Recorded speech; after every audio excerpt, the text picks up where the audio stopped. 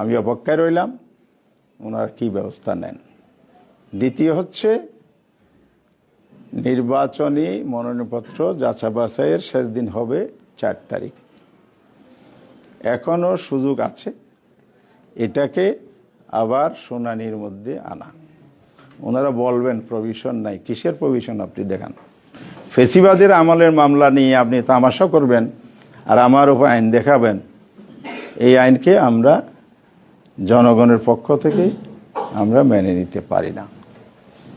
সুতরাং এটা যেন আজকে আমাদের আইনজীবী একটা আবেদন করেছেন যে উনি যখন শুনানি করছিলেন, শুনানির সময় এই ধারাগুলো উনি ব্যাখ্যা করছিলেন, আমি যে ব্যাখ্যা করছি, হয়তো উনি আরো বেটার লিগ্যাল পয়েন্টগুলো ভেরি ক্লিয়ারলি ব্যাখ্যা করতে চেয়েছিলেন, সে প্রস্তুতি ওনার ছিল।